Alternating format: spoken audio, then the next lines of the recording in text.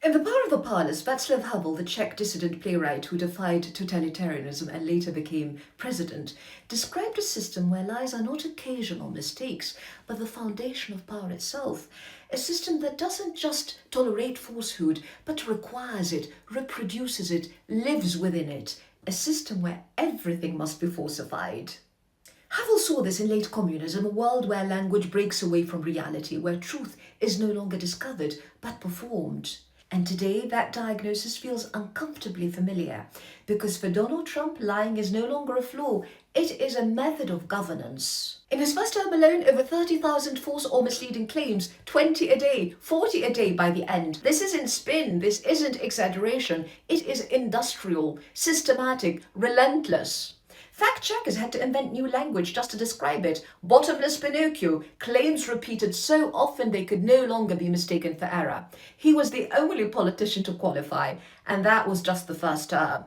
What we're witnessing now is not a departure, it's an escalation. The scale has expanded, the stakes have deepened, the consequences are now global, because the lies are no longer confined to rallies or press briefings, they're embedded in war. And language is the first casualty. To get around Congress and the public, Trump insists this is not a war. It's an operation, a limited mission, an excursion. But reality says otherwise. Thousands of troops deployed, carrier groups repositioned, air assets mobilized, special forces inserted. What was meant to last hours has stretched into days, into weeks, and no end in sight.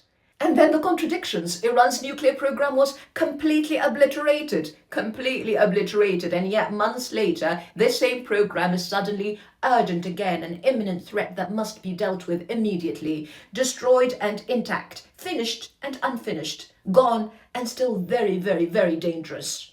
Then came the cascade. We destroyed their naval capabilities as tensions in the Gulf intensified and US troops are placed on the defensive. We destroyed their missile capabilities as waves of missiles continue to fall on Tel Aviv, visible, measurable, undeniable. Then the threat, Iran's power stations to be obliterated within 48 hours. Markets tremble, prices spike, panic spreads, and then, to steady the fallout, the pivot. Suddenly there are negotiations, deep, constructive, productive.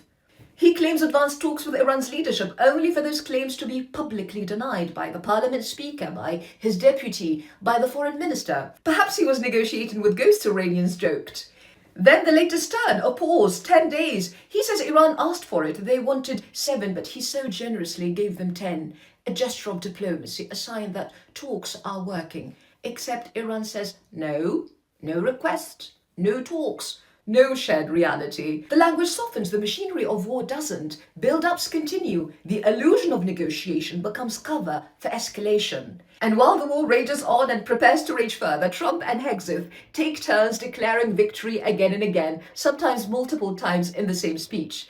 Because in this Orwellian system, victory is not achieved, it is declared. Language is not just bent, it is inverted. Escalation becomes de-escalation, war becomes peace, defeat becomes victory, fiction becomes fact, and truth becomes whatever is said loudest.